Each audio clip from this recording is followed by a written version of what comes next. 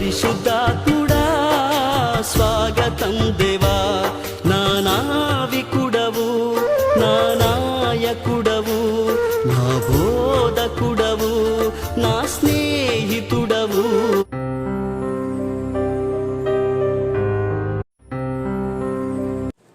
యెషయా గ్రంథము 1వ అధ్యాయము 2వ వచనం చూద్దామా. యెహోవా మాట్లాడుచున్నాడు, ఆకాశమా ఆలకించుము, భూమి చెవియొగ్గుము. నేను పిల్లలను పెంచి గొప్పవారినిగా చేసి తిని, వారు నా మీద తిరగబడి ఉన్నారు.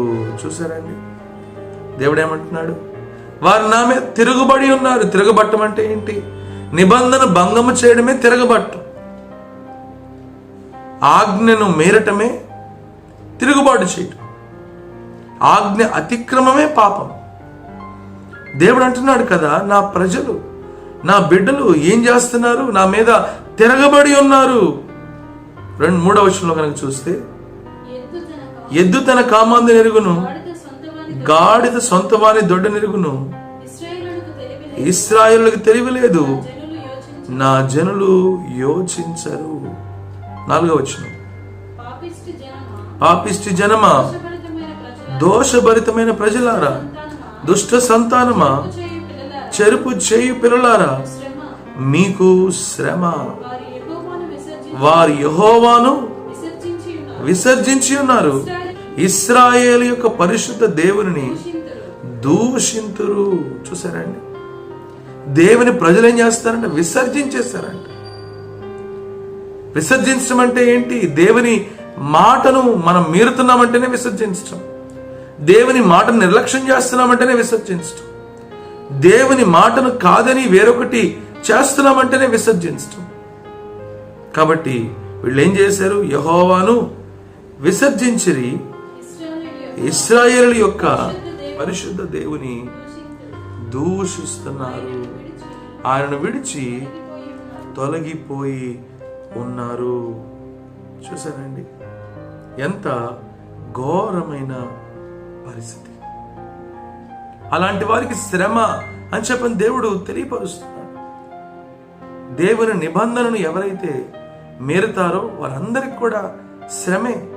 లోకముతో పాపముతో ఎవరైతే స్నేహం చేస్తారో వారందరికీ శ్రమే. అందుకనే ఆనాడు మాత్రమే కాదు, ఈనాడు కూడా అనేకులు శ్రమ పడుతున్నారు. అనేకులు సాతానుకు బందీలుగా ఉంటున్నారు. అనేకులు సాతాను చేత శోధించబడుతున్నారు, పీడించబడుతున్నారు, శాపగ్రస్తులుగా బ్రతుకుతున్నారు. దేవుడు అందుకనే అంటున్నాడు కదా, నేను ఒక నిబంధన చేస్తాను. 33వ వచనము, ఇర్మియా గ్రంథం 31వ అధ్యాయము 33వ వచనం చదువుకుందాం. ఈ దినములైన తరువాత ఇశ్రాయేలు వారితోను యూదా వారితోను చేయబోవు నిబంధన ఇదే. అంటే నూతన నిబంధన ఆయన చేస్తున్నాడు. ఎందుకంటే మనుషులు వారు చేసిన పాపిష్టి క్రియలను బట్టి, వారి దోషాన్ని బట్టి భయంకరమైన శ్రమ వాళ్ళ మీదకి తెచ్చుకున్నారు. దేవుడు వారి ప్రార్థన వినలేని పరిస్థితిని వారు తెచ్చుకున్నారు. కానీ ఈ దేవుడు జాలిగలిగిన దేవుడు కదా, ఈ దేవుడు ప్రేమ కలిగిన దేవుడు కదా, ఈ దేవుడు కృపగలిగిన దేవుడు కదా. అందుకనే వారిని శిక్షించకుండా వదిలిపెట్టలేదు, కానీ వారిని శిక్షించి ఒక నూతన నిబంధనను ప్రభు ఏర్పాటు చేశాడు. ఆ నిబంధనే క్రీస్తు ప్రభు రక్తము ద్వారా చేసిన నిబంధన. హల్లెలూయా. ఇది ఎలాంటి నిబంధన అని చెప్పారంటే, I will put my law in their minds and write it on their hearts. I will be their God and they will be my people. చదవండి మాటలు. వారి మనస్సులలో నా ధర్మ విధిని ఉంచదను. హల్లెలూయా. ఎంత గొప్ప మాట తెలుసా అండి ఇది. అక్కడ సినాయి పర్వతం మీద వాళ్ళకు అనుగ్రహించిన ధర్మశాస్త్రము పలకల మీద లిఖించబడింది, రాతి పలకల మీద లిఖించబడింది. కానీ దేవుడు అంటున్నాడు, దేవుని ప్రజల మీద జాలిపడి వాళ్ళు పడుతున్న శ్రమను చూసి, వాళ్ళు ఎదుర్కొంటున్న శోధన చూసి, వాళ్ళు మోస్తున్న పాప భారాన్ని చూసి ప్రభు అంటున్నాడు కదా, నేను నా ఆజ్ఞల్ని ఎక్కడ రాస్తానంటున్నాడు ఆయన. I will put my law in their minds, వారి మనసులో నా ధర్మ విధిని ఉంచుతాను. అంటే అర్థం ఏంటి? ఆయనే ఉంచుతాను అని చెప్పి అంటున్నాడు. హల్లెలూయా. ఆయన జాలి కలిగి ఇదంతా చేస్తున్నాడు. వాక్యంలో రాయబడి ఉంది కదా, కన్న తల్లి మరిచినా సరే నేను మరువను అని చెప్పినాడు. జాలి చూపిస్తున్నాడు ఆయన. శిక్షించినప్పటికి కూడా పూర్తిగా వాళ్ళని వదిలిపెట్టలేదు. ఏ తల్లిదండ్రులైనా సరే బిడ్డలు తప్పు చేసినప్పుడు క్రమశిక్షణలో పెడతారు. క్రమశిక్షణలో పెట్టట్లేదు అని చెప్పారంటే, శిక్షించట్లేదంటే వాళ్ళ పట్ల నిజమైన ప్రేమ లేదు అని చెప్పిన అర్థం. మన దేవుడు న్యాయాధిపతి అయిన వాడు, మన దేవుడు నీతిమంతుడు.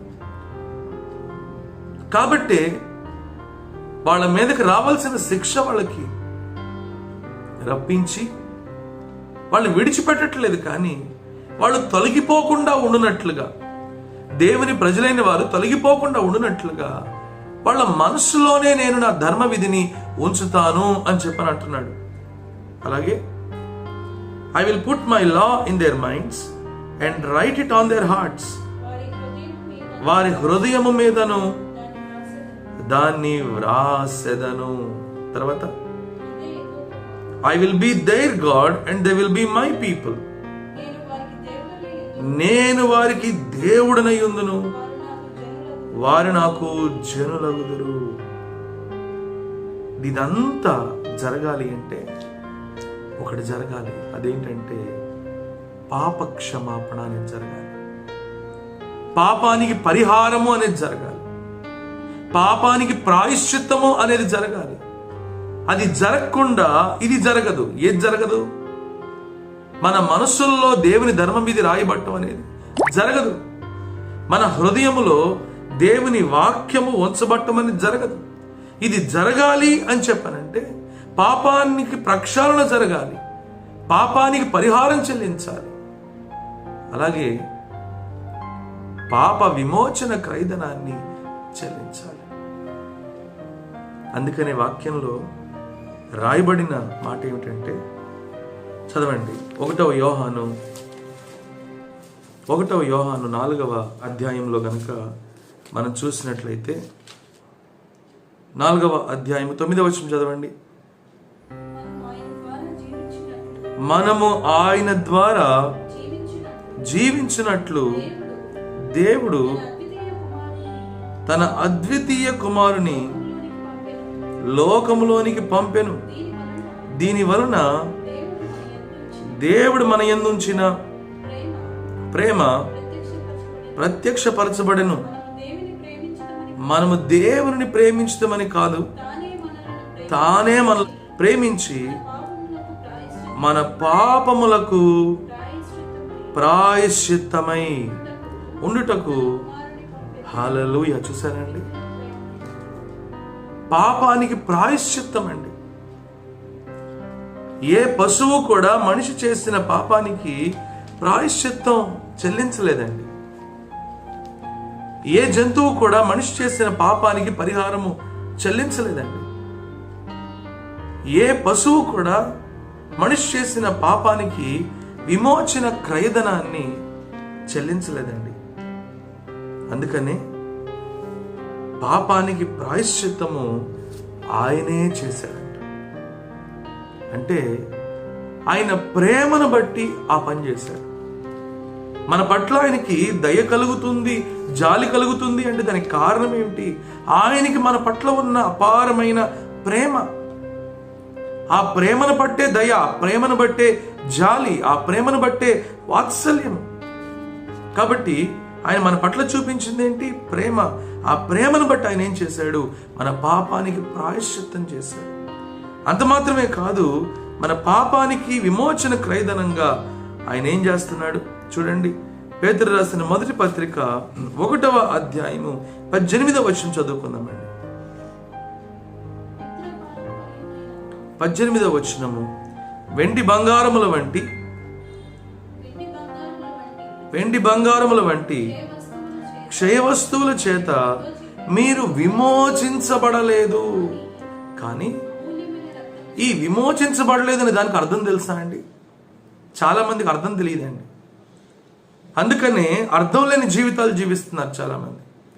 విమోచించబట్టము అని చెప్పానంటే విడిపించబట్టము అని అర్థం. దేని నుంచి విడిపించబట్టం? పాపము నుండి విడిపించబట్టం, శాపము నుండి విడిపించబట్టం, అలాగే మరణము నుండి విడిపించబట్టం, దేవుని తీర్పు నుండి విడిపించబట్టం, దేవుని ఉగ్రత నుండి విడిపించబట్టం, అలాగే అన్నిటికి మించి అపవాది బానిసత్వం నుంచి విడిపించబట్టం. గమనిస్తున్నారా? వెండి బంగారములు మనిషిని విడిపించలేవు ఈ భయంకరమైన పరిస్థితుల నుంచి. మనిషి చేసిన పాపానికి ప్రతిఫలం ఏంటంటే మరణమే. పాపం చేసిన మనిషి ఖచ్చితంగా అపవాది చేతిలోకి వెళ్లాల్సిందే. పాపం చేసిన మనిషి శాపాన్ని మోయాల్సిందే. పాపం చేసిన మనిషి ఆ భయంకరమైన పర్యావసానాలని చూడాల్సిందే. అందుకనే దేవుడు ఇక్కడ జ్ఞాపకం చేస్తున్నాడు, వెండి బంగారముల వంటి క్షయమైన వాటి చేత మీరు విమోచించబడలేదు. అంటే మన మనసులో ధర్మవిధిని రాయడానికి, మన హృదయంలో ఆయన వాక్యాన్ని ఉంచటానికి ఆయన చేసిన పనేమిటంటే, మన పాపములు క్షమించబడినట్లుగా ఆయన చేసిన పనేమిటి అంటే విమోచన క్రయధనాన్ని చెల్లించాడు. పాపానికి పరిహారాన్ని చెల్లించాడు. పాపాన్ని ప్రక్షాళన చేశాడు. ఎలాగా? చదవండి అన్నమాట. వెండి బంగారముల వంటి క్షయమైన వస్తువుల చేత మీరు విమోచించబడలేదు, కానీ అమూల్యమైన రక్తము చేత, అనగా నిర్దోషమును నిష్కళంకమును అగు గొర్రెపిల్ల వంటి క్రీస్తు రక్తము చేత. హల్లెలూయా! ఏమిటండి? నిర్దోషమును నిష్కళంకమైన క్రీస్తు రక్తము చేత. ఎవరండి ఈయన? ఆది యందు వాక్యము ఉండెను, వాక్యము దేవుని యొద్ద ఉండెను, వాక్యమే దేవుడై ఉండెను. ఆ దేవాది దేవుడే శరీరధారిగా కృపా సత్య సంపూర్ణుడిగా మన మధ్యకు వచ్చి పాపానికి ప్రాయశ్చిత్తాన్ని చేశాడు, పాపానికి పరిహారాన్ని చెల్లించాడు, పాప పరిహారార్థ బలిగా తనను తానే బలియాగమయ్యాడు. పాపాన్ని ప్రక్షాళన చేయనట్లుగా అమూల్యమైన నిర్దోషమైన నిష్కళంకమైన తన రక్తాన్ని చెల్లించాడండి. సహోదరుడా, ప్రియ సహోదరి, ఈ నూతన నిబంధన ఎంత ఆశీర్వాదకరమైన నిబంధన తెలుసా? ఈ ఆశీర్వాదకరమైన నిబంధన గల కారణం ఏమిటంటే దేవుని కుమారుని యొక్క వెల చెల్లించబడింది. దానికి కారణము దేవునికి ఉన్న అపారమైన ప్రేమ. నా బిడ్డలు నశించిపోకూడదు, నా బిడ్డలు శాపగ్రస్తులుగా ఉండకూడదు, నా బిడ్డలు మరణించకూడదు, నా బిడ్డలు నా ఉగ్రత పాలవకూడదు, నా బిడ్డలు తీర్పులోకి రాకూడదు, నా బిడ్డలు నన్ను పోలి జీవించాలి. ఏమండి, ఏ మంచి తల్లిదండ్రులన్నా ఏమనుకుంటారండి? నా బిడ్డలు నన్ను పోలి జీవించాలనుకుంటారు కదా. మా చిన్నప్పటి నుంచి కూడా మా అమ్మగారు చెప్పే మాట ఏమిటంటే, మీ నాన్నగారికి ఇంత మంచి గౌరవం ఉంది, ఇంత హోదా ఉంది, ఇంత పేరుంది, ఇంత పలుకుబడి ఉంది, దాన్ని ఎక్కడో కూడా మీరు పాడు చేయకూడదు, దానికి తగినట్లుగా మీరు ప్రవర్తించాలి అని చెప్తా ఉండారు. ఇంకా దేవాది దేవుని విషయంలో ఆలోచించండి. దేవుడు ఎంతగా మన నుంచి ఆశిస్తున్నాడంటే ఆయన ప్రేమను సంపూర్ణముగా చూపించాడు. ఏంటి సంపూర్ణతకు అర్థం ఏంటి అని చెప్పనంటే తన ప్రియకుమారుణ్ణే పంపించాడు.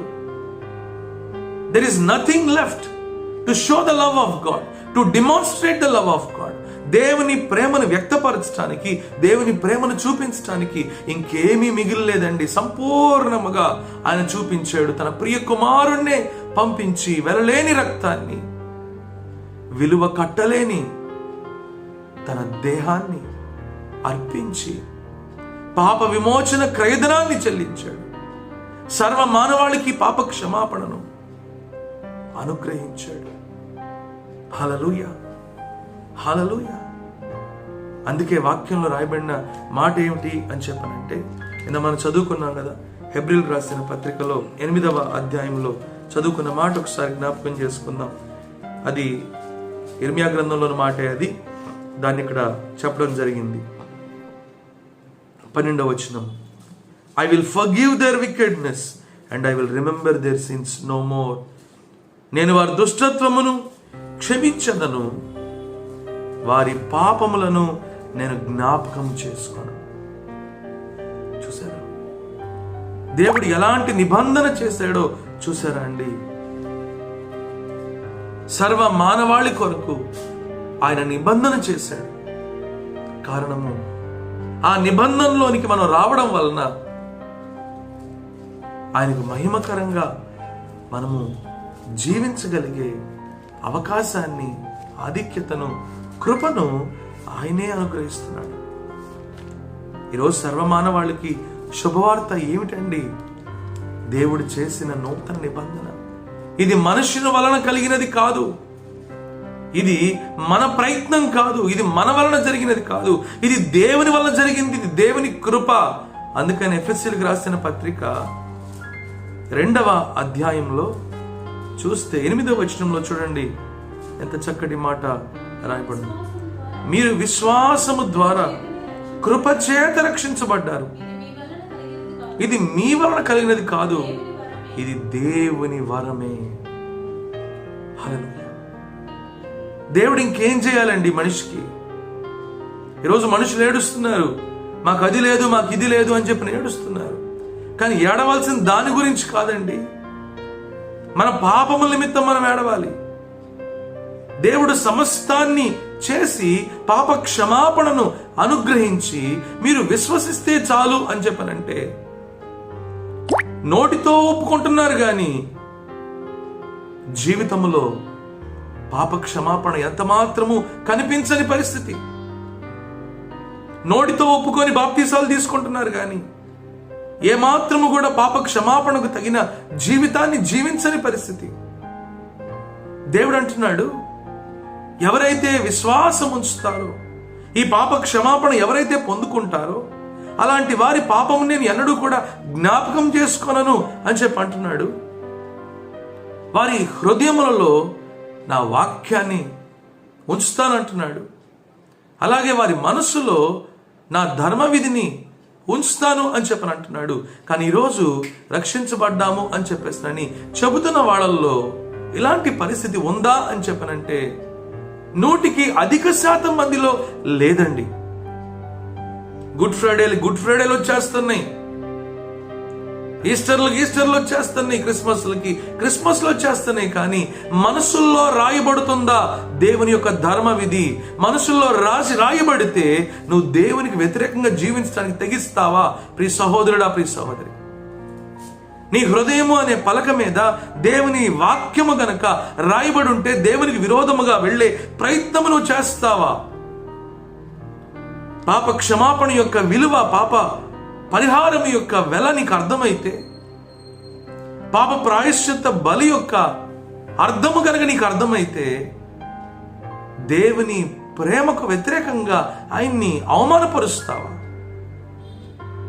సహోదరుడా, ప్రియ సహోదరి, ఈరోజు అనేకుల్లా ఉన్నారని వాక్యం సెలవిస్తుంది అని చెప్పారంటే చివరి దినాల్లో there will be a form of godliness but they deny the power of God. చివరి దినాల్లో మనుషులు ఎలా ఉంటారంట? పేరుకి భక్తి పరుల్లాగా ఉంటారంట, పేరుకి విశ్వాసులాగా ఉంటారంట, కానీ దేవుని శక్తిని ఆశ్రయించని వారుగా ఉంటారంట. అంటే వారి జీవితంలో ఏముండదు? విధేయత ఉండదు. అందు గురించే కదా వాక్యంలో రాయబడిన మాట మనం గనక చూసినట్లయితే చూడండి, 2వ తిమోతి 3వ అధ్యాయము 2వ తిమోతి 3వ అధ్యాయము చదవండి ఒకసారి మొదటి నుంచి.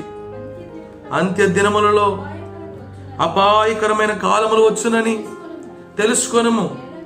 ఎలాగనగా మనుష్యులు స్వార్థప్రియులు, ధనాపేక్షులు, బింకములాడువారు, అహంకారులు, తల్లిదండ్రులకు అవిధేయులు, కృతజ్ఞత లేనివారు, అపవిత్రులు, అనురాగరహితులు, అతి ద్వేషులు, అపవాదకులు, అజితేంద్రియులు, క్రూరులు, సజ్జన ద్వేషులు, ద్రోహులు, మూర్ఖులు, గర్వాంధులు, దేవుని కంటే సుఖానుభావమనే ఎక్కువగా ప్రేమించేవారు, పైకి భక్తి కలిగిన వారి వలె కనబడుతూ దాని శక్తిని ఆశ్రయించని వారినై ఉన్నారు. చూసారా అండి? బయటికి భక్తి కలిగిన వారి వల్లే కనబడతారంట, దాని శక్తిని ఆశ్రయించని వారిగా ఉంటారంట. ఎంత ఘోరం అండి, ఎంత ఘోరం అండి. ఈరోజు సంఘం పరిస్థితి కాదా? ఈరోజు మనలో అనేకుల పరిస్థితి అది కాదా?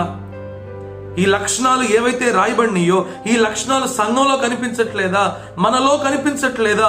మన మధ్యలో కనిపించట్లేదా? ఇక ప్రభు చేసిన నిబంధనకి అర్థమేంటి? మనమే నిరర్ధకం చేస్తున్నాం, వ్యర్థం చేస్తున్నాం. దానికి కారణం ఏంటో తెలుసా అండి? నిజముగా పాప క్షమాపణ పొందట్లేదు. మన పాప స్థితిని ప్రభు దగ్గర నిజముగా ఒప్పుకోని పరిస్థితి. ఈ నూతన నిబంధన ఆయన ఎవరి కోసం చేశాడు అని చెప్పానంటే, నిజముగా పశ్చాత్తాపంతో మారు మనసుతో ఎవరైతే ఆయన తట్టు తిరుగుతారో వాళ్ళతో నిబంధన చేస్తున్నాడు, వారిని ఆహ్వానిస్తున్నాడు. నేను మీకు దేవుడిగా ఉంటాను, మీరు నాకు ప్రజలై ఉంటారు. నేను మీకు తండ్రిగా ఉంటాను, మీరు నాకు బిడ్డలుగా ఉంటారు. అయితే మీరు చేయవలసిందేంటి? మీరు ఎలా జీవించాలి? మీరు అపవిత్రతలో నుంచి బయటికి వచ్చేవారిగా ఉండాలి. హల్లెలూయా. ఏమిటండి, ఎలా ఉండాలంట? ఎలా జీవించాలని దేవుడు కోరుకుంటున్నాడు? అపవిత్రతలో నుంచి బయటికి వచ్చేవారిగా జీవించాలి అని చెప్పనని దేవుడు కోరుకుంటున్నాడు. ప్రియ సహోదరుడా, ప్రియ సహోదరి, ఈరోజు మనము ఆ రీతిగా జీవిస్తున్నామా?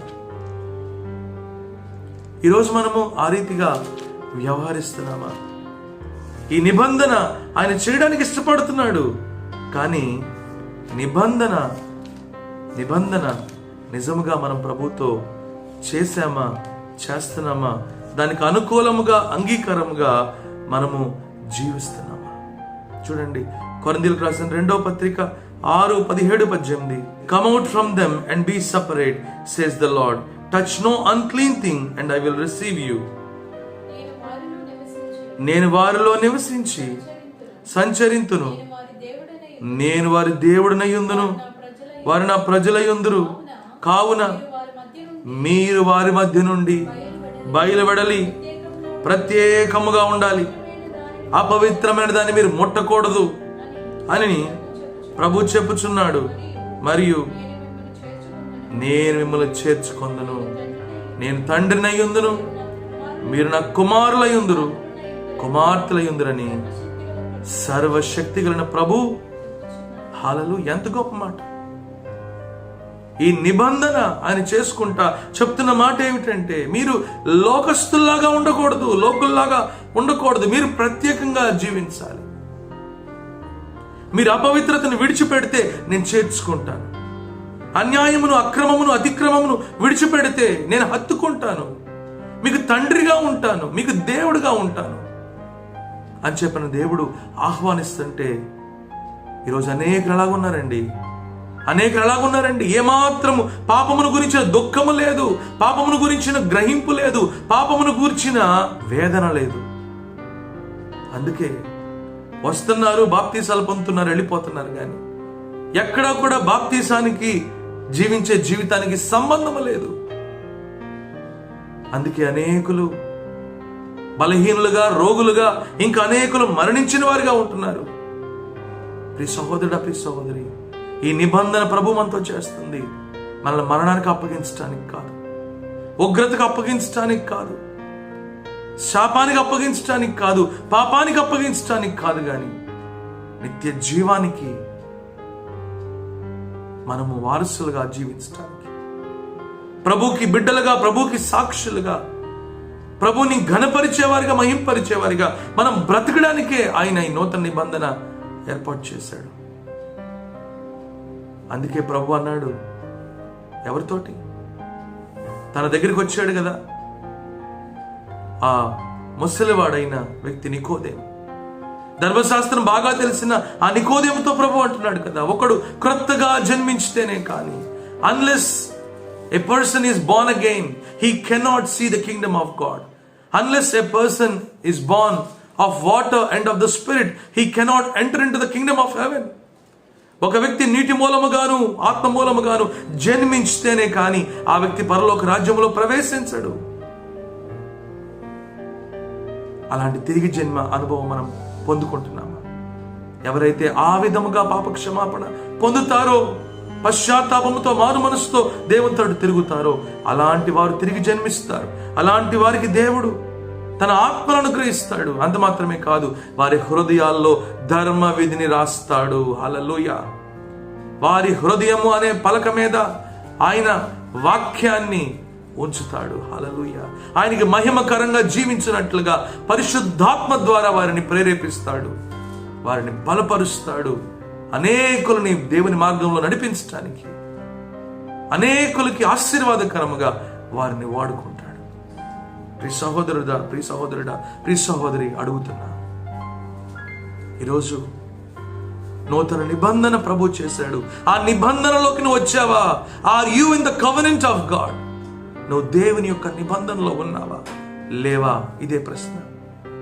నువ్వు ప్రభు నిబంధనలో ఉన్నట్లయితే నీ జీవితంలో వ్యత్యాసంగా ఉంటుంది. నీ హృదయము, నీ ఆలోచనలు, నీ తలంపులు, నీ మార్గాలు, నీ క్రియలన్నీ కూడా వ్యత్యాసముగా ఉంటాయి. నువ్వు నిబంధనలోనికి రాకపోయినట్లయితే నీ జీవితము లోకానికి, నీ జీవితానికి ఏమీ తేడా కనిపించదు. ఈరోజు ఈ నూతన నిబంధనలోనికి నువ్వు రావాలని ప్రభు కోరుకుంటున్నాడు. పశ్చాత్తాపంతో, మారు మనసుతో ఈ నూతన నిబంధనలోనికి ప్రభు నువ్వు రావాలని ఆహ్వానిస్తున్నాడు. అలా నువ్వు వచ్చినట్లయితే నిన్ను చేర్చుకోవడానికి, నిన్ను హత్తుకోవడానికి, నీ పాపములను క్షమించి నీకు నూతనమైన జీవితాన్ని, అద్భుతమైన సాక్ష్యాన్ని అనుగ్రహించి నిత్య రాజ్యానికి వారసునిగా చేయడానికి ప్రభు ఇష్టపడుతున్నాడు. దానికి నీకు ఇష్టమైతే ప్రార్థన చేయి. నాతో కలిసి ఏకీభవించు. ప్రార్థన చేద్దాం. మహాపరిశుద్ధుడా, ఎంతో సూటిగా, ఎంతో స్పష్టంగా మాతో మాట్లాడారు. మీకు స్తోత్రం. విత్తబడిన వాక్యం మా అందరి హృదయాల్లో పనిచేయనట్లు, ఫలించినట్లు మీరు సహాయం చేయండి. వాక్యం నిరర్ధకం కాకుండా ఉండినట్లుగా మా హృదయాంతరంగంలో ప్రభువా గ్రహింపును దయచేయండి. ఈ నూతన నిబంధన వెలపెట్టింది, వెల చెల్లించింది. మమ్మల్ని నీతిమంతులుగా, పరిశుద్ధులుగా, దేవుని బిడ్డలుగా చేస్తుంది. వాక్యం వింటున్న ప్రతి ఒక్కరికి నాయన అట్టి కృప అనుగ్రహించి తగినట్లుగా జీవించే భాగ్యాన్ని మాకు దయచేయమని, ముఖ్యంగా ఈ కోవిడ్ సీజన్లో ప్రభువా ఏ ఒక్కరు కూడా ఈ భయంకరమైన తెగులు బారిన పడకుండా మీరే ప్రభువా కాపాడమని, స్వేచ్ఛతో, స్వాతంత్రంతో, సంతోషముతో మిమ్మల్ని స్తుతించి ఆరాధించే భాగ్యాన్ని మాకు దయచేయమని యేసు నామములో అడుగుచున్నాం తండ్రి.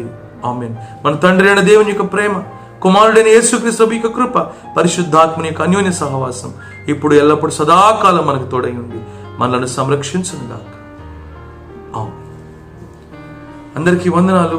దేవుడు మనల్ని దీవించునుగాక. God bless you.